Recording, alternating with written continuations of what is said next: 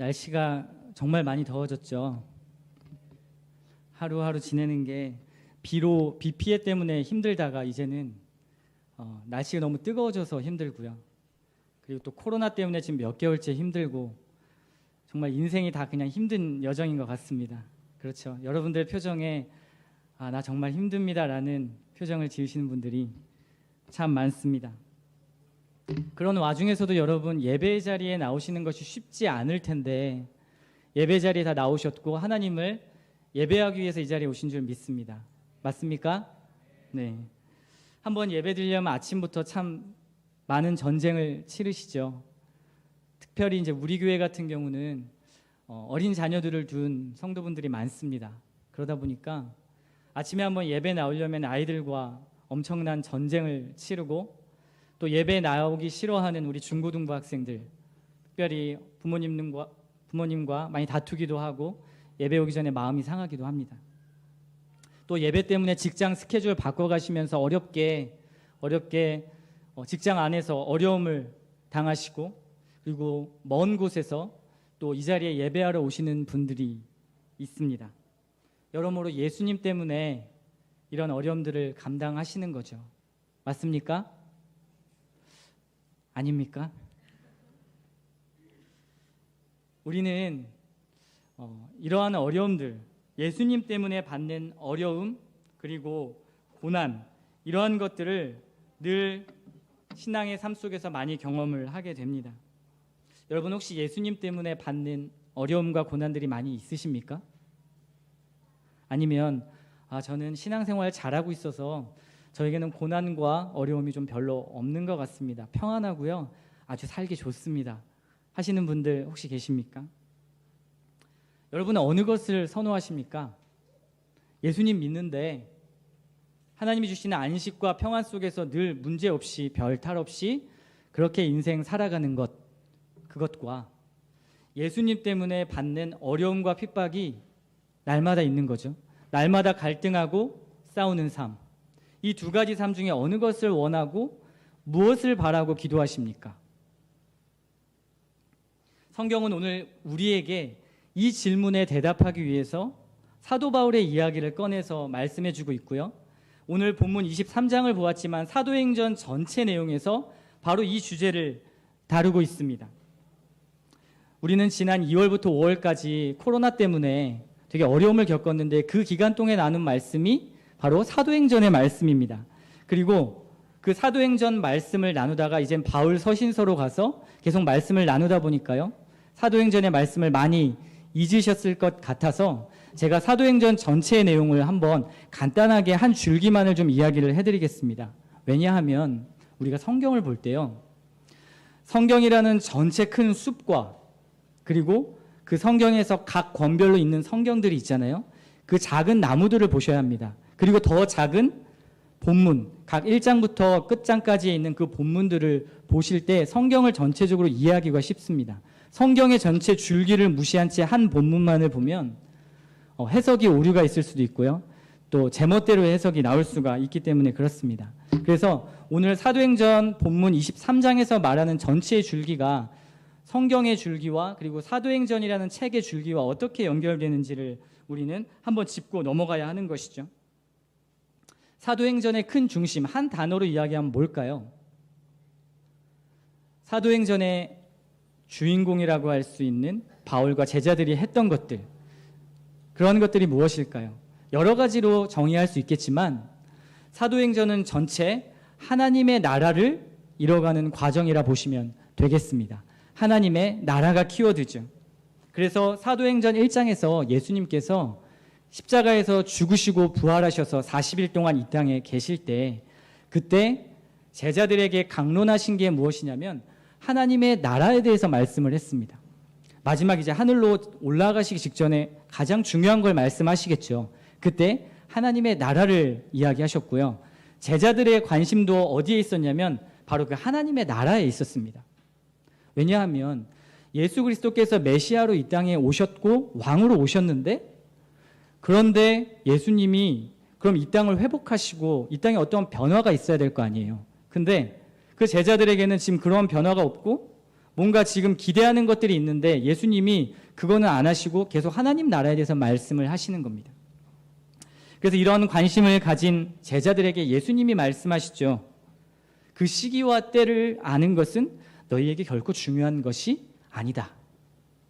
이 땅의 회복, 이 땅에 하나님의 나라가 온전하게 이루어지는 그 때와 시기를 관심을 가질 것이 아니라 너희는 그 나라를 완성해 가는데 제자로서, 복음 전도자로서 쓰임 받아야 한다라는 것을 하나님께서, 예수 그리스도께서 강조하시는 것이죠. 그 말씀이 사도행전 1장 8절에 전체적으로 요약이 되어 있습니다. 1장 8절의 말씀 모두 다 아시죠? 오직 성령이 너희에게 임하시면 너희가 권능을 받고 예루살렘과 온 유대와 사마리아와 땅끝까지 이르러 나의 증인이 되리라. 이 말씀이 사도행전 전체를 요약한 말씀과도 같습니다. 그 말씀을 하시고 예수님께서는 하늘로 호련히 승천하시죠. 이 말씀은 작게는 이스라엘의 회복, 좀 더 크게는 우리가 볼 때 하나님 나라라는 하나님 나라의 회복, 우리의 관점으로 보면 이 땅 전체의 회복을 말하는 것입니다. 그럼 이 땅의 회복이 무엇을 통해 일어나느냐? 무엇일까요? 오늘 말씀 읽은 것처럼 성령이 이 땅에 임하심으로 말미암아 그 성령을 받은 하나님의 자녀들이 복음을 전하는 일, 증언하는 일을 통해서 하나님께서 그 나라를 이루어 가신다는 것입니다. 그게 하나님의 방식이고 하나님의 뜻입니다. 하나님의 방법이요, 세상의 방법처럼 어떤 군대를 갑자기 딱 동원해가지고 하늘의 천사와 군대를 보내서 이 땅을 뒤엎어버린다거나 아니면 손가락 하나를 탁 튕기셔서 그 전지전능하신 능력으로 악인들을 다 죽여버리시고 그냥 모든 사람을 다 예수님 믿게 하고 그런 방식으로 하나님께서 일하시지 않는다라는 것입니다. 되게 재밌는 것은요, 하나님께서는 가장 작은 자 있잖아요. 가장 연약한 자, 가장 볼품없고 능력이 없어 보이는 자들을 하나님께서 선택하셔서 그 사람을 통해 성령을 허락하시고 그리고 그 성령 받은 그 사람을 통해 복음을 증언하게 하시는 방식을 취한다라는 것입니다. 그 사명과 그 소명을 부름받은 우리들은요, 또 각자의 개인은 주인공이 되는 거예요. 어떤 주인공이 되냐면 하나님 나라를 이뤄가는 하나의 주인공이 되는 것입니다. 우리는 보이지 않지만 우리는 지금 하나님의 시나리오, 하나님의 드라마라는 그 계획 속 안에 들어와 있고요. 하나님께서는 그 한 명 한 명을 주인공 삼으셨는데 우리는 우리의 삶이 어렵고 힘들고 그리고 보이는 것만 우리가 집중하기 때문에 그 사실을 잘 깨닫지를 못합니다. 그런데 하나님께서 이루시는 방식은 여러분들 한 사람 한 사람을 택하셔서 복음의 증인되게 만드시고 그것으로 말미암아 하나님의 나라를 이루어 가신다는 것이죠. 사도행전 말씀이 바로 그 축소판입니다. 저는 오늘 본문 주제와 관련해서요, 이런 하나님의 계획, 하나님의 나라를 이뤄가시는 이 방법과 이 계획 가운데 느끼는 여러분들의 감정을 이해할 수 있습니다. 왜냐하면 저도 그렇게 느끼니까요. 하나님의 이만큼 계획이 있고 하나님의 이뤄가시는 뜻이 있는데 그것을 우리가 주인공으로서 받아들이고 그 받아들임으로 말미암아 하나님의 뜻 가운데 살아야 하는데 그 살아가는 것이 무엇으로 느껴지냐면요, 고난으로 느껴집니다. 우리가 생각하는 고난. 바로 인간의 감정은요, 하나님처럼 완전하지 않기 때문에 그런 것 같습니다. 하나님의 뜻을 실천해 나가고 순종해 나가는 것, 그리고 오늘 사도행전의 말씀처럼 그 복음을 증언하는 것, 내가 삶으로 드러내는 것, 이 모든 자체가 어떻게 느껴지냐면요, 고난으로 느껴진다는 것입니다. 굉장히 거칠게 느껴지는 거죠. 그러니까 예수를 믿기는 믿는데 뭔가 힘든 일이 계속 찾아오고 어려운 일이 닥치면 그 모든 정체성이 그 고난 때문에 흔들흔들 거리는 것이죠. 근데 중요한 게 뭔지 아세요? 우리가 생각하는 그 고난이 있잖아요. 우리가 생각하는 이 고난과 성경이 말하는 고난의 뉘앙스가 많이 다르다는 것입니다. 우리가 생각하는 고난은 내 자녀가 좀 아프거나 잘 안 되거나 아니면 직장에서 어려운 일을 당하거나 아니면 하는 일이 잘 안 되거나 집이 잘 안 팔리거나 좋은 자동차를 사지 못할 때, 내가 원하는 것을 이루지 못할 때 그것을 고난이라고 생각하고 인생 참 어렵다 라고 생각하는 경우가 많다라는 것이죠. 근데 이것은 세상 사람들도 똑같이 생각하는 고난입니다. 근데 성경에서 말하는 고난은 그 고난이 아니죠. 저는 여러분께 한번 질문 드리고 싶습니다. 하나님의 나라, 그 나라가 완성되는 방식, 그리고 하나님의 통치하시는 방식, 세상과 다르다고 말씀드렸죠. 그리고 하나님께서 우리에게 은혜를 주시는 방식, 그 방식에 이 고난이라는 이 단어가 반드시 연결이 되어 있다면, 그렇다면 여러분은 이 사실을 자연스럽게 받아들이시겠습니까? 쉽게 얘기하면 예수 믿는 것, 천국 가는 것, 하나님 나라 이루는 것 이퀄 고난이라고 말한다면 여러분 그걸 받아들일 수 있으시겠습니까? 많은 기독교인들이 이것을 받아들이지 못하기 때문에 시험에 들고 이것을 정확한 개념을 모르기 때문에 우리는 헷갈려하고 흔들려 합니다. 혹시 예수 믿는 그것을, 그리고 그 신앙 갖는다라는 것 자체를 어떠한 무사 태평, 안정, 안식 이것으로 연결해서 나에게는 어떤 나쁜 일이 일어나지 않고 좋은 일들만 일어나고 자녀가 잘 되고 그리고 우리가 가족이 건강하고 그냥 먹고 살 수 있으면 된다라는 것으로 그 신앙을 결부시키는 순간 여러분은 복음과 반대되는 길을 걸어가고 있는 것입니다. 사역자조차도요, 그런 경우가 참 많습니다. 복음을 전하고 그리고 하나님의 말씀을 가르치지만 가짜인 것이죠. 실제로는 평안과 안정을 위해서 살아갑니다. 세상 만사가 내 마음대로 되지 않는 것, 그 정도의 개념으로 성경에서 말하는 고난과 빗대시면 안 됩니다. 그러면 큰 오해죠. 성경이 말하는 고난은, 그리고 사도행전이 말하는 그 고난은 예수님 때문에, 즉 복음 때문에 받는 것을 이야기합니다. 제가 지금 고난이라는 단어를 써서 굉장히 부정적으로 지금 이야기하고 있지만 실제로 이것이 고난인지 아닌지 여러분이 성경을 보시고 오늘 말씀 끝에 보시면 아닌 것을 알 수 있게 됩니다. 오늘 사도행전 말씀을 보면 사도 바울이 그것을 증명해 줍니다. 사도행전 9장에서 보면요, 사도 바울이 처음 예수님을 믿게 된 계기, 다메섹 도상이죠. 그곳에서 하나님께서 사도 바울을 부르십니다. 그리고 아나니아 제자를 통해서 말하시는데요, 뭐라고 말씀하시냐면 이렇게 말씀하시죠. 이 사람은 내 이름을 이방인과 임금들과 이스라엘 자손들에게 전하기 위하여 택한 나의 그릇이라. 그가 내 이름을 위하여 얼마나 고난을 받아야 할 것을 내가 그에게 보이리라. 바울을 부르실 때 내가 너로 하여금 훌륭한 전도자가 되게 해주겠다. 내가 너의 인생을 펴주겠다. 이렇게 말씀하신 것이 아니라요, 뭐라고 말씀하세요? 고난을 많이 받아야 할 것이다 라고 말합니다. 바울의 실제 전도 여행 가운데는 너무나 많은 우여곡절들이 있었고요. 그리고 우리는 그것을 성경을 통해서 확인했습니다. 그럼에도 불구하고 자신의 가장 고난의 절정, 끝, 바로 예루살렘 땅으로 굳이 들어가려고 하는 모습이 오늘 본문의 모습인데요. 예루살렘으로 가기 직전에 보면 사도 바울에게는 성령의 감동을 통해 전해 들은 메시지들이 두 번 있었습니다. 한 번은 성령에 감동된 제자들, 한 번은 아가보 선지자, 그 선지자가 예언을 하죠. 뭐라고 얘기하냐면 바울 사도님 예루살렘으로 들어가지 마십시오. 들어가면 결박당할 것이고 고난이 있을 겁니다. 들어가지 마시고 목숨을 잘 보존하세요 라는 식으로 이야기하죠.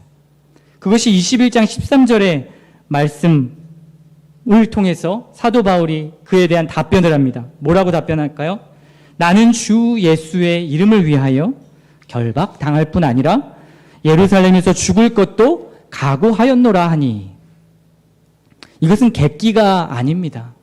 지금 사도 바울은 그 예언을 통해서 자기가 충분히 피할 수 있는 여지를 받았고 더군다나 성령의 감동으로 말미암아 된 것이기 때문에, 성령의 감동으로 말미암아 그들이 예언해 준 것이기 때문에 사도 바울은 그것을 합리화해서 충분히 예루살렘으로 들어가지 않을 수도 있는 상황이죠.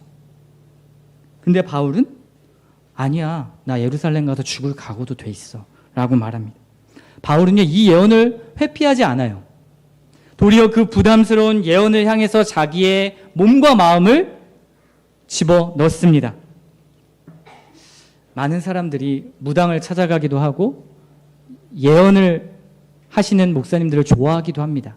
저도 많이 예언도 받았는데요, 옛날에. 저보고 어떤 목사님이 사도 바울과 같이 세계를 돌아다니면서 복음 전도자가 될 거라고 하셨어요.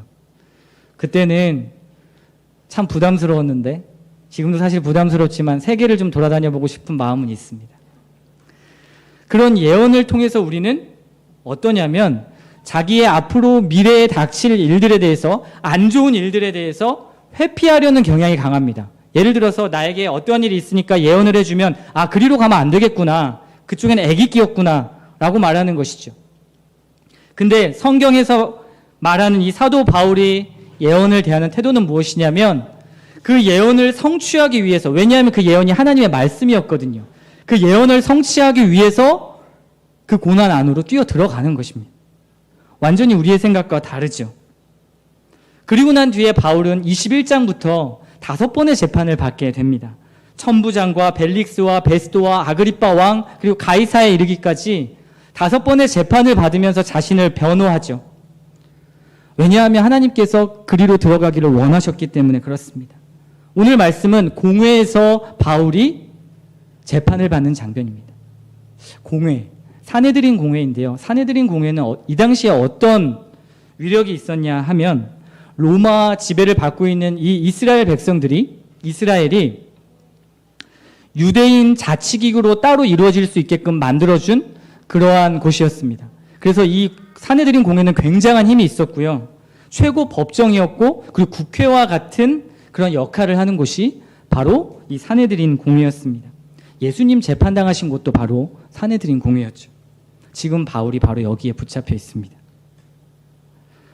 이건요, 바울이 복음 때문에 예수님처럼 어떤 일들을 당하게 될 것인지를 보여주는 장면이기도 하고요. 그리고 사도 바울을 직접적으로 힘들게 하는 사람들이 지금 누굽니까? 자신의 동족? 유대인들입니다. 유대인들. 오늘 말씀의 흐름은 어떻게 갈 거냐면요, 이 유대인들을 통해 핍박당하는 바울이 자신을 변호하고, 그리고 어려움과 자신을 죽이려는 암살단들을 하나님께서 어떻게 막으시고 위로하시는가를 볼 겁니다. 먼저는 1절을 다 같이 한번 읽어보겠습니다. 바울이 공회를 주목하여 이르되 여러분 형제들아, 오늘까지 나는 범사의 양심을 따라 하나님을 섬겼노라 하거늘. 바울은 유대인들 앞에서, 그리고 아나니아 대제사장 앞에서 처음에 뭘 천명하냐면요, 자신의 양심을 천명합니다. 여기서 말하는 양심은 단순한 양심이 아니고요, 하나님 앞에서 내 자신이 겉과 속이 다르지 않다, 나는 하나님의 말씀대로 기꺼이 순종해 왔다라는 것을 천명하는 것입니다. 왜 이것을 천명할까요? 3절 말씀을 보면 아나니아 대제사장, 지금 바울을 심판하고 바울을 재판하려고 하는, 율법으로 재판하려고 하는 이 아나니아 대제사장은 어떤 사람이었냐면, 사도 바울이 말하기를 이 회칠한 무덤아 이렇게 얘기합니다. 회칠한 무덤. 이 회칠한 무덤의 뜻이 무엇이냐면 겉과 속이 다른 거예요. 겉은 화려한데 속은 썩어서 문드러져 있는 것이죠. 겉은 종교인인데 속에는 믿음이 없죠. 겉은 하나님을 믿는다고 말씀도 선포하고 가르치기도 하고 리더의 위치에 있고 직분자로 세워졌는데 속은 하나님을 믿지 않는 사람보다 더 간계가 많고 더 악하다라는 것이죠. 그런 자가 누구였냐면 바로 이 아나니아 대제사장이었습니다. 사도 바울이 자신이 양심을 이야기할 때 아나니아 대제사장이 어떻게 반응하죠? 저 더러운 입을 치라 이렇게 말합니다. 그러니까 사도 바울이 바로 이야기하죠. 율법을 어기는 네가 지금 내 입을 치라 하느냐? 하나님께서 너를 치실 것이다 이렇게 말하죠. 나중에 어떻게 되냐면요, 요세푸스의 역사 기록에 보면 실제로 아나니아 이 대제사장은 암살을 당합니다. 집도 불타고요, 심판을 당하죠.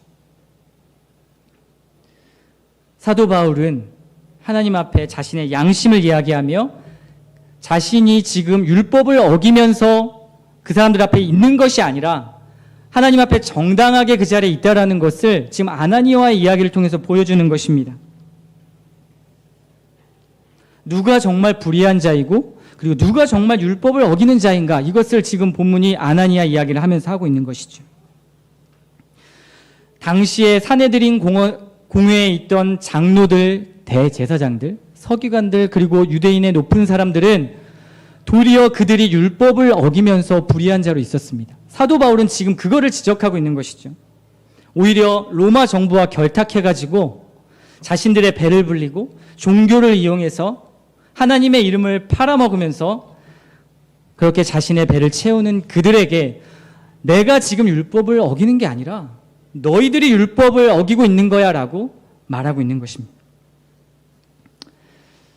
세상 사람들이 저희를 볼 때 이러한 재판대 위에 많이 올려놓고 기독교를 비방하죠.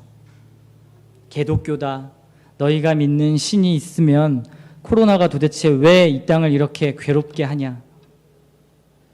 차라리 나 자신을 믿겠다. 이런 말들을 하면서 기독교인들을 조롱하고 비방합니다. 우리가 믿는 성경의 교리를 완전히 무시하죠. 진리라고 생각하지 않습니다. 왜 그럴까요?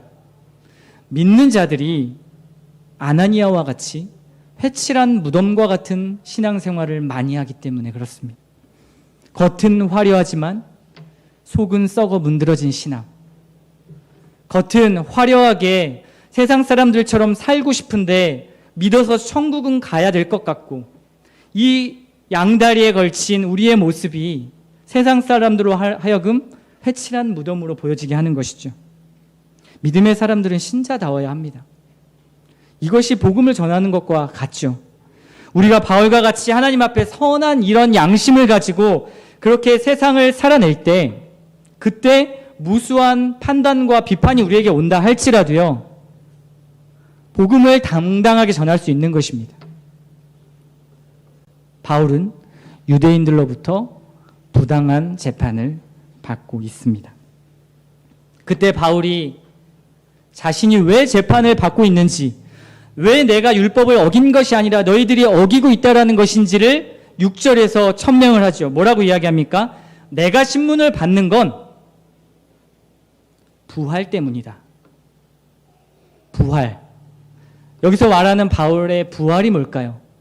예수 그리스도께서 십자가에 달려 죽으시고 우리를 위하여 우리의 죄 때문에 우리의 죄를 대속하시기 위해서 3일 만에 부활하시고 하나님 나라에 올라가셔서 이제는 그 나라가 완성될 때까지 주님의 일들을 우리들을 통하여 증인된 복음들을 통하여 이루시는 그 복음, 그것으로 말미암아 우리를 자유케 하신 그 복음, 그 복음을 말하는 것입니다. 근데 그때 어떠한 반응이 일어나죠? 부활을 믿었던 바리새인과 그리고 부활을 믿지 않았던 사두개인들이 다투기 시작합니다. 이들은요, 겉과 속이 다른 회칠한 무덤이었고 더 나아가서는 간사한 사람들이었습니다. 왜 간사할까요? 방금 전까지는 사도 바울을 죽이겠다고 그렇게 결심하고 욕하던 바리새인들이 자기와 같은 부활 교리를 가지고 있는 바울을 옹호하기 시작합니다. 어떠한 바리새인 그리고 서기관은 일어나서요, 바울이 자기의 편이라는 식으로 이야기를 하죠. 뭐 때문에요? 자신들의 교리를 수호하기 위해서. 바울이 이야기한 것은 사두개인과 바리새인들 이 부활의 교리를 가지고 싸움을 붙이려고 한 것이 아니라요, 그렇게 말한 이유는 궁극적으로 자기가 여기 있는 이유는 예수님 때문이다라는 것을 말하는 것입니다. 예수님 때문에 내가 지금 이 자리에 있다. 부활 복음 때문에 이 자리에 있다. 나는 율법을 어긴 것이 아니다라고 말하는 것이죠. 그런데 이상하게도 자신의 교리들을 가지고 이들은 싸우기 시작합니다. 그리고 바울을 두둔하지요. 그러다 보니까 바울이 양쪽 가운데 서서 몸이 찢기게 생겼으니까 천부장이 그를 영내로 다시 데려 들어갑니다. 이것이 10절까지, 오늘 우리가 읽은 10절까지의 내용이죠. 유대인들의 간계와 모략, 유대인들의 공격을 통해서 사도 바울은 자신이 복음 전하는 일에 굉장한 방해를 받고 있고요, 좌절을 할 수도 있었을 것입니다. 왜냐하면 그 뒤에 12절의 내용을 보면요, 어떠한 이야기가 나오냐면 사도 바울을 죽이기 위해서 유대인들, 열심당원들이 40명의 인원을 조직해서 암살단을 만듭니다. 사도 바울을 죽이기 전까지는 먹지도 않고 마시지도 않겠다, 이렇게 결심하죠. 여러분, 한 명이라도 누군가가 나를 죽이려고 한다면 여러분 발 뻗고 잠잘 수 있겠습니까? 사도 바울은 지금 영내로 끌려 들어가서 지금 잠시 대기하고 있는 상태이고 이제 벨릭스 총독에게 호송을 가야 되는 상황입니다. 그런데 이 암살단이 조직이 되어가지고 호송될 때 매복하여 있다가 지금 바울을 죽이려고 하는 계획이 있는 것이죠. 바울은 유대인들의 모략과 계략, 그리고 심지어 자신을 죽이려고 하는 암살단까지, 생사결단한 암살단까지 조직이 되어서 그를 방해합니다. 사도 바울이 만약 자신의 안녕과 자신의 목숨을 중히 여기고 자기가 안식을 누리려고 했다면 이 위험 속으로 계속 빠져들어갈 이유가 없죠. 근데 바울은 들어갑니다. 그리고 너무나 당당하고 여유롭게 그것을 받아들이죠. 물론 두려웠을 것입니다. 사람이니까요. 그런데 하나님께서는 사도 바울을 위로하시죠. 11절의 말씀에 보면 하나님께서 그날 밤에 라는 단어로 시작하면서 바울아 담대하라, 바울아 두려워하지 말라, 이렇게 말씀하십니다. 사도 바울이 두려워했기 때문에 아마도 하나님께서 이 말씀을 하시지 않았을까요? 사도 바울이 너무나 당당하고 담대했다면 아마도 하나님께서 이런 말씀을 하시지 않았을지도 모르겠습니다. 그런데 사도 바울이 극적인 고난과 어려움 속에 있을 때마다 하나님께서는 나타나셔서 바울아 담대하라, 바울아 두려워하지 말라, 내가 너와 함께 하겠다, 그 복음을 들고 로마로 가라, 예루살렘으로 가라, 내가 지시한 그 땅으로 가라, 이렇게 말씀하셨습니다. 바울은 그때마다 그 말씀에 순종했고 위로를 받았죠. 그날 밤에 가장 외롭죠. 가장 많은 생각이 듭니다. 바울은 쓸쓸한 감옥에 홀로 있습니다. 그리고 많은 생각들을 했겠죠. 내가 이러한 고난을 참으로 받아야 하는 것인가? 그럼에도 하나님이 나에게 말씀하신 것이니까, 나를 살려주신 그 복음이 나에게 있으니까 나는 기꺼이 이 복음을 전해야겠다라는 마음이 들면서도 또 한편으론 사람의 마음이 들었겠죠. 두렵고 나를 죽이려고 하는 그 사람들로부터 보호받고 싶어하고 하는 마음들이 있었겠죠. 그런데 13절에 한번 보십시오. 13절에도 재미있는 단어로 시작합니다. 날이 새매. 12절에는 그날 밤에, 동시에 같은 날 밤에 이루어진 일입니다. 날이 새매라고 하고 뒤에 그 40명의 암살단, 그들이 그날 밤 동안에 사도 바울을 죽이려고 했던 계획을 엿볼 수가 있습니다. 근데 그와 동시에 사도 바울은 감옥에서 하나님 앞에 위로를 받죠. 그들이 아무리 많은 준비를 해도 바울을 죽이려고요. 하나님께서는 그와 동시에 그보다 더 큰 계획과 하나님의 능력으로 바울을 보호하시려고 준비하고 계십니다. 어떠한 일이 일어나죠? 바울의 조카 생질, 그를 하나님께서 준비하시고 호송당하는 길목에 그 암살단이 있다고 천부장에게 말하게 하십니다. 그래서 천부장이 그래? 그럼 바울을 보호해야겠다. 왜냐하면 바울을 보호하려고 하는 천부장의 이유는요, 바울이 로마 시민권을 가졌기 때문입니다. 로마 시민권을 가진 자를 함부로 대할 수 없는 것이죠. 로마 정부에서는 정확하게 재판하고 정확하게 벌을 받도록 해야 하는데, 지금 유대인들은 아무 이유 없이 어떠한 종교적인 이유로 지금 바울을 죽이려고 하니까 천부장은 그들을 다스리는 하나의 관할장으로서 그 죄를 뒤집어 받을 수가 없었기 때문이죠. 그래서 바울을 지금 벨릭스 총독에게 호송을 해야 했습니다. 근데 지금 그 과정에 만약에 바울이 죽는다면 그 모든 죄가 누구에게로 돌아갈까요? 천부장에게 돌아가겠죠. 그래서 하나님은 바울의 조카를 통해 천부장에게 말하게 하시고 군대를 준비시키십니다. 참 놀랍죠. 지금 바울을 죽이려고 하는 사람들은 40명 자객단을 준비했는데 하나님께서 몇 명을 준비하시냐면 470명의 군인을 준비시키십니다. 놀랍죠. 진짜 놀랍습니다. 성경은요, 계속 이 부분 하나님의 준비와 그리고 복음을 전하려고 하는 바울을 죽이려는 그 방해 세력들의 준비와 대조해서 이야기합니다. 똑같이 준비하라는 단어를 쓰는데요. 여기서 원어적으로는 공급하다라는 이 준비하다의 단어가 있습니다. 21절에도 보면요, 암살단이 숨어서 준비했다라는 표현을 쓰고 있습니다. 그런데 하나님의 준비는 암살단 그 조직을 완전히 무너뜨릴 수 있는 대형 군대로 하나님께서 바울을 지키십니다.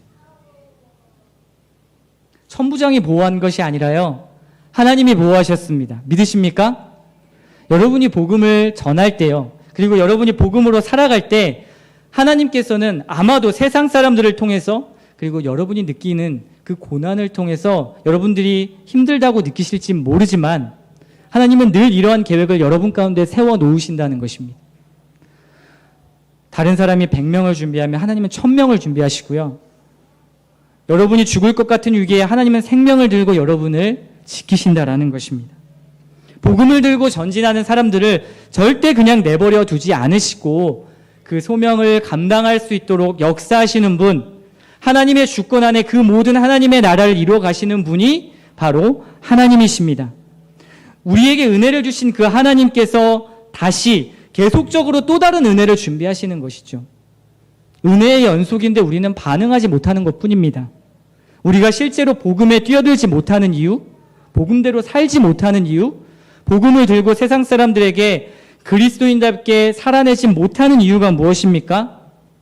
하나님의 준비를 신뢰하지 못하기 때문입니다. 이 40명의 자객단에게 내가 암살당할까? 나의 안녕이 피해를 볼까? 나의 자녀들이, 나의 직장이, 나의 삶이 하나님으로 말미암아 피해를 보지 않을까라는 두려움이 있는 것이죠. 감히 뛰어들 수 없습니다. 우리는 이 과정을 고난이라 느낍니다. 그리고 이것이 예수님 때문에 받는, 이 복음을 통해 받는 것이 바로 성경이 말하는 고난이죠. 여러분들이 이 말씀 들으실 때 마음이 많이 불편하실 겁니다. 왜냐하면 그렇게 살아내지 못하는 경우가 훨씬 더 많기 때문이고, 훨씬 더 실패가 많기 때문이고, 자신이 없기 때문입니다. 저는 말씀을 준비하면서 이런 질문이 많이 들었습니다. 나는 목사인데 예수님 때문에 받는 어려움이 얼마나 있을까? 제 삶을 돌아봤습니다. 예수님 때문에 내가 받는 고난이 얼마나 있을까? 한번 돌아보았습니다. 근데요, 별로 없더라고요. 말씀 전하는 일, 준비하는 일, 이것도 복음을 위한 고난의 일이기도 하지요. 시간을 써야 하니까요. 그리고 에너지를 투자하고 연구를 해야 하고 씨름해야 하니까요. 그런데 이건 너무나 당연한 직무고요. 목사니까.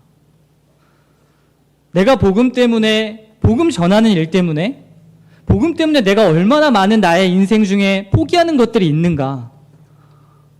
정말 손에 꼽을 정도로 없더라고요. 여러분은 어떠십니까? 복음 때문에 여러분 포기하는 것이 있으세요? 제가 서두에 말씀드렸죠. 예배드리기 나오기 힘든데 여러분 이 자리에 오신 것 감사하다고. 예수님 때문에 이 자리에 오셨다고 믿는다고요.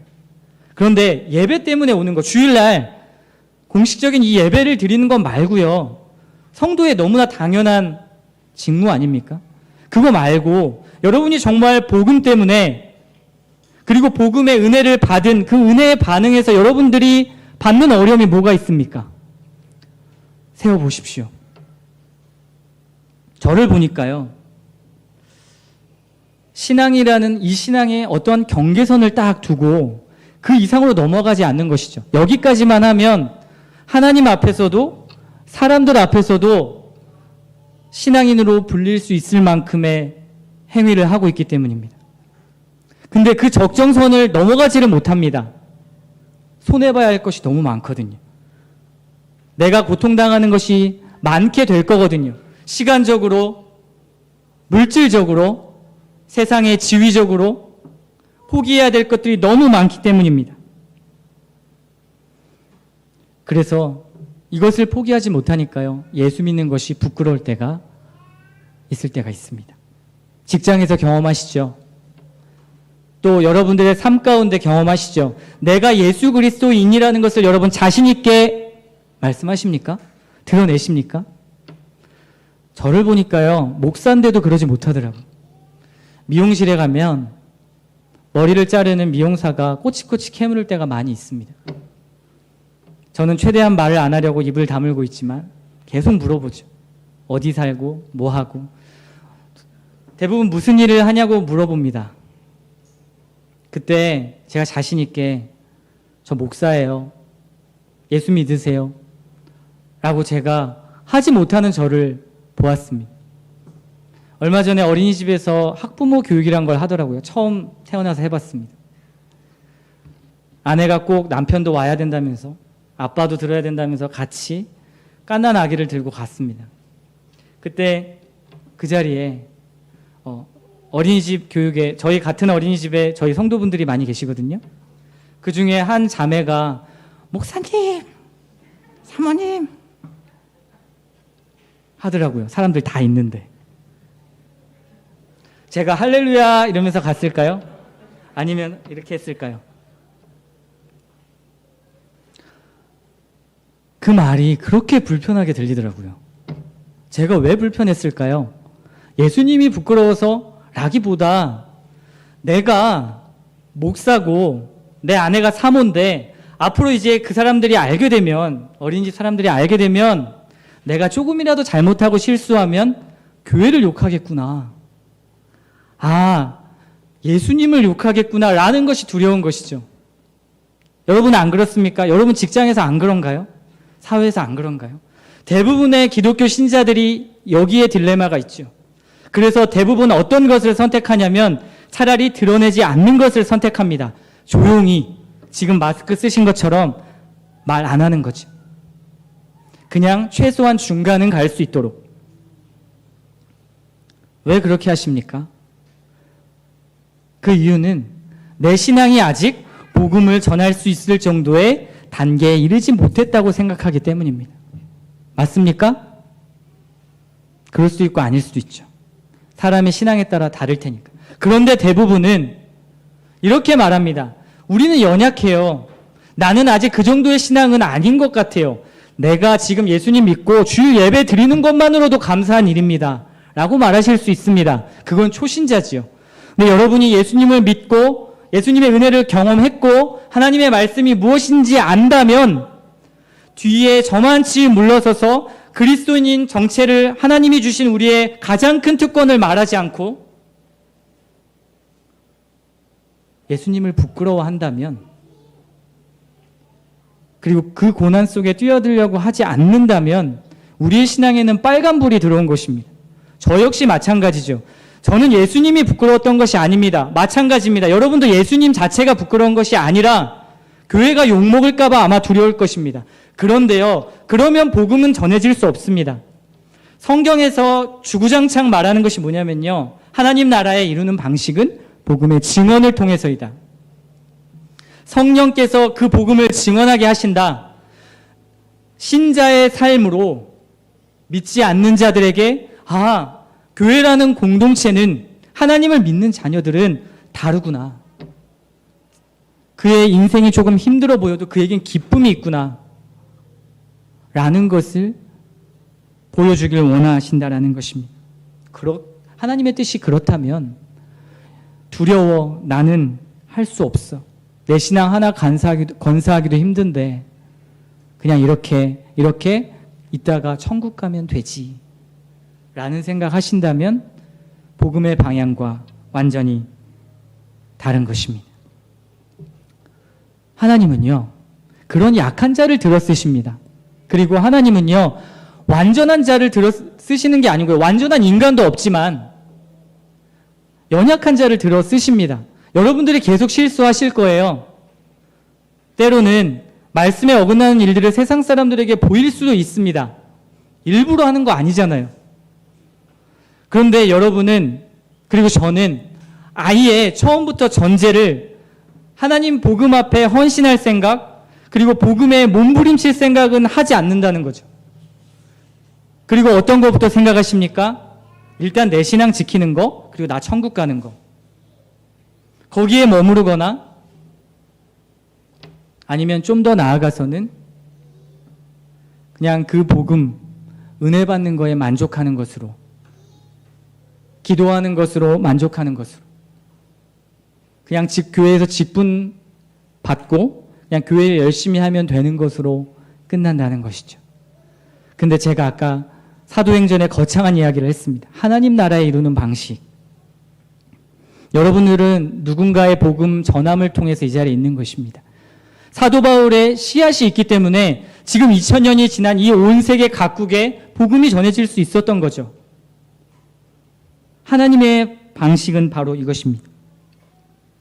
윌리엄 틴데일이라는 신학자가 이렇게 말했습니다. 우리의 소원이 하나님을 기쁘시게 하는 데 목적이 있다면 물 깃는 거, 구두 닦는 거, 차 운전하는 거, 강단에서 복음을 전하는 거 모두 다 똑같이 하나이다. 여러분들이 직장에서 많은 사람들에게 그리스도인임을 드러내는 것이요, 지금 제가 이렇게 목소리 높여서 복음 전하는 것과 같다는 것입니다. 은혜는 흘러야 하고요, 복음은 흘러야 합니다. 그렇지 않으면 고인물은 썩게 돼 있습니다. 여러분의 신앙이 자라지 않습니다. 여러분의 신앙이 하나님의 임재를 경험할 틈이 없어요. 하나님을 의지할 만한 틈이 없습니다. 돈이 있으니까요. 편안하게 살잖아요. 고난 속으로 뛰어들지 않는데 굳이 내가 어려운 일, 세상 사람들이 말하는 고난이라고 생각하는 고난은 받을 수 있겠죠. 돈이 없으시고 물질이 궁하고 그런 고난 말고요. 지금 제가 말하는 고난은 예수님 때문에 받는 고난을 말합니다. 하나님이 정말 원하시는 뜻. 저희 어머니가요, 제가 고등학교 1학년 때 한 20년 전에 예수님을 믿겠다고 믿으시고 한 5년간의 질긴 이 줄다리기 끝에 교회를 나오시게 됐습니다. 20년이 지났는데 지금도 여전히 하시는 말씀이 무엇이냐면, 엄마 말씀 좀 보시고 좀 새벽에 나가서 기도 좀 하시고, 아들이 목사인데 기도 좀 해주세요. 엄마 교회만 다닌다고 끝이 아니에요. 이렇게 말씀드리면 저희 어머니가 뭐라고 말씀하는지 아십니까? 내 마음이 좀 안정이 되면 그때 나갈게. 내 마음이 안정이 되면 좀 성경 볼게. 내가 좀 마음이 편해지면 기도할게. 연세가 70인데요. 답답합니다. 제 어머니한테 그러죠. 무덤에 들어가야 안정된다고. 우리의 인생은요, 평생 안정, 안식 누릴 수 있을 것 같으십니까? 없습니다. 세상 사람들이 말하는 안정은요. 이게 우리의 신앙의 연약한 모습이고 우리가 바라고 추구하는 것들입니다. 그래서 세상 사람들은 도리어 이렇게 말하죠. 이런 사람들에게, 야, 그냥 예수님 믿지 말고, 예수 믿지 말고 편하게 살아. 왜 이도저도 아니게 어렵게 살아? 인생을 왜 그렇게 어렵게 살아? 차가운 것도 아니고 뜨거운 것도 아니죠. 세상이란 것과 복음이란 것과 양발을 걸치고 그렇게 합리화하면서 하루하루를 살아갑니다. 이렇게 살아가면 하나님의 전적인 임재하심과 놀라운 경험을 하기가 어렵습니다. 내가 하나님 앞에 헌신하는 만큼, 그 헌신이라는 것은요, 복음 앞에 은혜로 반응하는 것입니다. 어떠한 의무적으로 하는 것이 아니죠. 만약 여러분에게 이러한 은혜가 없다면 여러분 이 복음의 은혜를 다시 회복하는 일에 먼저 힘쓰셔야 합니다. 내 의지와 결단으로 되는 것이 아니기 때문에 그렇죠. 그래서 목사님도 저도 그리고 우리 교육자들이 항상 강조하는 것은 하나님의 은혜를 강조하는 것이 바로 그것 때문입니다.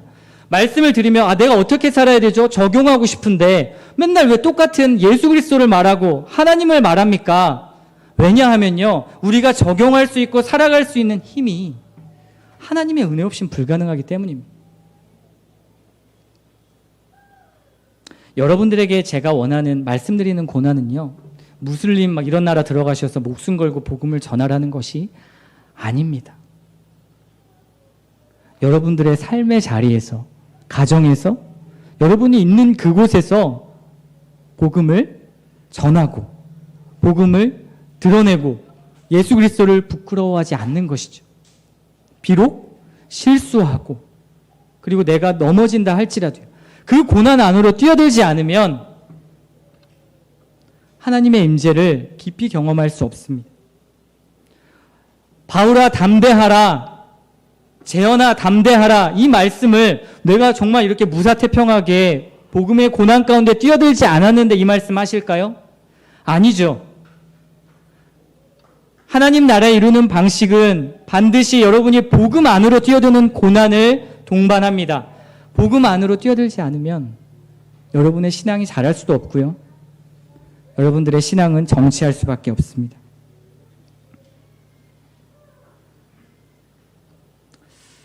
여호수아 3장에 보면 요단강을 건너는 이스라엘 백성들의 이야기가 나옵니다. 그때 맨 앞에 선두에 선 사람이 바로 언약궤, 하나님의 언약궤를 맨 제사장들이었죠. 근데 하나님께서 요단강을 건너라고 말씀하셨는데 여전히 내 눈앞에는 요단강이 흐르고 있는 거예요. 홍해는 갈라졌잖아요. 요단강은 흐르고 있어요. 누군가가 맨 앞에 있는 사람이 먼저 발을 디뎌야 합니다. 그때 그 언약궤를 맨 제사장들이 발을 한 발자국 내디뎠죠. 요단강을 가른 게 제사장들입니까? 아닙니다. 하나님께서 가르셨죠. 근데 한 발자국 내딛기 하나님께서 원하시는 겁니다. 그 믿음을 보시기를 원하시는 것이죠. 여러분들이 그 한 발짝을 내딛지 않는 이상 요단강은 갈라지지 않고요, 그 하나님의 역사와 임재하심과 경험을 느끼기가 어렵습니다. 믿음은 행할 때 증명되고요, 믿음은 행할 때 비록 내가 힘들고 어려울 수도 있지만 그 고난 안에서 여러분들의 믿음이 훌쩍 성장합니다.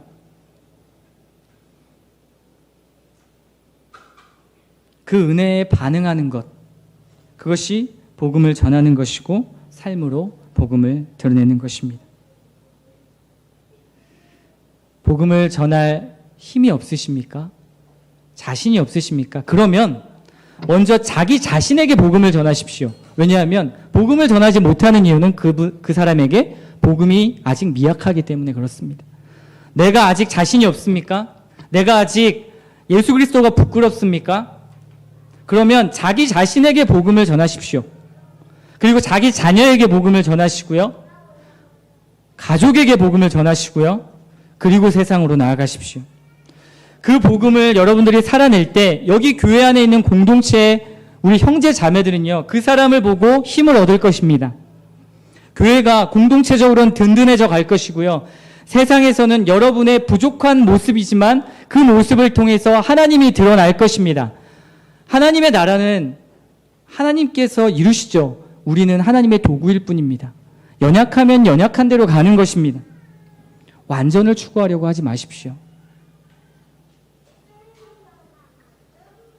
그 길을 여러분들이 걸어가실 때 우리가 저번 주에 나눴던 히브리서의 말씀, 믿음의 조상의 그 길을 여러분들이 걸어가는 것입니다. 그것이 믿음의 경주이고 그 고난을 전제하기 때문에 우리는 인내하는 믿음이라 말하는 것입니다. 그리고 마침내 하나님의 영광을 볼 것입니다. 바로 십자가의 길, 순교자의 삶, 이 삶을 살아내는 여러분들 될 것입니다. 이것을 믿으십니까? 결단하십니까? 결단하셔야 합니다. 이 결단을 우리 찬양을 통해서, 우리 아까 나누었던 마지막 찬양을 하시면서 다시 한번 결단하며 나아가겠습니다.